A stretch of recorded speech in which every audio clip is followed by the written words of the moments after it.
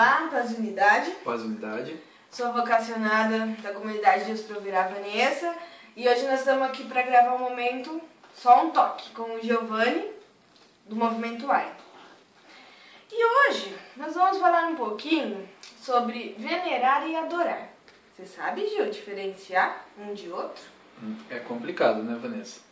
Mas após a gente ler, ouvir sobre isso, fica até simples de entender, e nós católicos temos que entender essa diferença, né? Por exemplo, adoração. Adoração envolve um culto onde há um sacrifício. Por exemplo, no Antigo Testamento, onde vimos que várias pessoas levavam animais em sacrifício para ofertar para Deus. É o mesmo que acontece durante a Santa Missa, onde adoramos o Santíssimo Sacramento.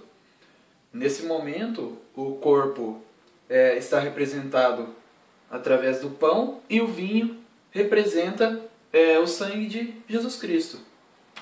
E venerar, Vanessa? O que você entende por venerar? Bom, se adorar a gente presta culto quando tem um sacrifício, então a veneração a gente pode considerar que seja como o amor de um pai para um filho, que vê a imagem do pai como um sinal de admiração. Quando a criança elogia o pai, você vê assim, o bem que a pessoa faz, o bem da vida da pessoa. Perfeito. Tá, se venerar, reverenciar, admirar alguém e adorar é prestar culto, enquanto as imagens, a gente venera ou a gente adora? Vanessa, qual o objetivo que você tem quando você tira uma foto de uma pessoa? Para guardar a imagem da pessoa. Isso, você guarda a imagem da pessoa para recordar ela, para recordar tudo que você pode ter vivido com essa pessoa, tudo que essa pessoa viveu, certo? Então, no século I não tinha máquina fotográfica, logo não tinham fotografias, né? Como que as pessoas faziam para se lembrarem, para recordar das pessoas que elas amavam? Construíram estátuas, imagens. Então, a imagem é um modo da gente recordar essas pessoas que nós tanto amamos, certo? Certo, então eu posso assim dizer que as imagens que a gente, vamos dizer assim, venera das pessoas que viveram uma radicalidade na fé? Perfeito, é isso mesmo. Nós reverenciamos as imagens lembrando dessas pessoas que tiveram uma grande fé em Deus, que viveram uma vida dedicada a Deus. Logo, logicamente, elas estão próximas a Deus, certo? Ah, então dá pra ir ligando uma coisa a outra. Então a gente adora a Jesus Cristo, que se deu em sacrifício, e a gente venera as imagens dos santos que viveram essa radicalidade na fé em Jesus Cristo, certo? Certo, perfeito. E por que então o pessoal acusa a gente de idolatria? O que impede isso da gente possuir imagem? Isso é um assunto bem polêmico. Muitas pessoas nos questionam quanto à posse de santos, quanto à posse dessas imagens de santos. E muitos desses questionamentos, eles apresentam passagens bíblicas para provarem para a gente que, no caso, eles dizem que não podemos ter imagens de santos. Isso, eles chegam com passagens que nós temos que entendê-las melhor e compreender de outros modos. Como, por exemplo, em Êxodos, onde Deus pede para Moisés descer do monte, porque o povo, lá embaixo, o povo dele, está prestando culto, está venerando a uma imagem de um bezerro. Nesse momento, por que Moisés desce e destrói o bezerro?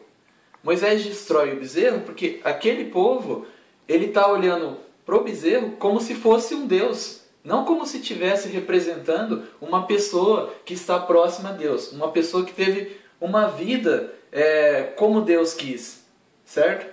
eles achavam que aquele bezerro era Deus. Assim, quando Moisés chega e quebra, muitas pessoas entendem erroneamente que Deus não quer que temos imagens, então pode quebrá-las, mas não é isso. Então, Gil, a gente tem que aprender a diferenciar a imagem de ídolos de Deus, porque ali o bezerro para eles era o ídolo, era o Deus deles, e não assim, representando que Deus estava ali, mas através da imagem. Isso mesmo.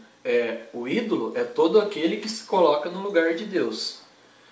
Ainda outra passagem de Êxodo, que questionam bastante a gente por conta disso, é onde se fala: não farás para ti imagem de escultura. Nesse caso, nessa passagem, a imagem não é a representação de algo. Não fará ídolos, não construirá ídolos de nada.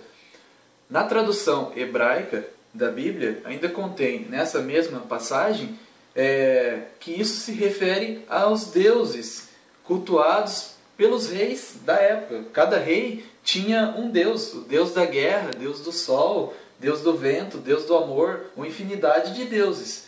Então, Deus fala: não construirá imagens de escultura, mas imagens que você acha, que você pensa que aquilo é Deus, que você venera, você presta culto àquilo como se fosse um Deus, certo? Certo. Então a gente pode assim citar as imagens dos santos, como Santa Rita, São Sebastião, pela vida que eles tiveram. Então a gente venera ali, a gente não adora a imagem deles por ser Santa Rita, e sim pela história de vida que teve Santa Rita, que teve São Sebastião e todos os santos, porque eles estão assim ligados inteiramente a Deus lá nos céus, intercedendo por nós. Sim, não existe uma proibição da construção de imagens, de venerarmos imagens como representações dessas pessoas que nós podemos ter como um modelo de vida. Continuando ainda em Êxodos, para provar que Deus não tem duas palavras, ele diz para construir o templo, onde continham 2 querubins, a imagem de 2 querubins. Você acha que Deus permaneceria em um lugar onde tivesse algo que não agradasse a ele? Por exemplo, as imagens? Não. Então, logo, a representação de santos, como imagens, a gente pode ter como essa representação de um modelo de vida, de uma pessoa que está próximo a Deus. Que viveu a radicalidade da fé, literalmente. Sim, com certeza. Os santos são aqueles que nos precedem na fé. Entendi. Então, assim, quando a gente for acusado de ser de idolatria ou de algo semelhante, pra gente então não ficar triste. Porque, na verdade, a gente não idolatra uma imagem, algo. A gente venera algo que nos traz uma memória. E assim a gente adora a Cristo, que se deu em sacrifício a nós. É isso? Então a gente não deve ficar triste se alguém chegar e dizer, vocês fazem idolatria de uma imagem. A gente não faz idolatria de uma imagem. A gente apenas faz memória do que significou a vida daquela pessoa pra gente. Isso, muitos falam: vocês acreditam em santos. No início do cristianismo, era chamado de santo todo aquele que buscava estar na presença de Deus.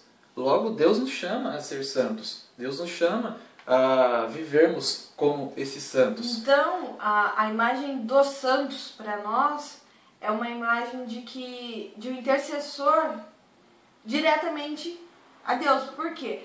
A gente tem a imagem aqui que a gente venera, que a gente tem uma admiração, mas a gente pede que a pessoa, sim, o santo, junto de Deus, interceda por nós. Que aí ele está ligado literalmente assim, está lá no céu. Então quer dizer assim, que a gente pede, está mais próximo a Deus. Eu sou católico, você é católico, todos nós queremos ter nossa imagem de santo na carteira, queremos ter um santo que a gente goste ao lado da nossa cama, carregar um crucifixo. Então, esse é o significado da imagem, de possuir essas imagens. Não que aquilo é um Deus para nós, mas que é alguém que serviu de modelo de vida e que está próximo a Deus. Entendi. Certo? Entendido um pouco sobre adorar e venerar. Acho que deu para entender. Acho que deu, né? Então a gente fica aqui com esse momento. Só um toque. Te adorarei.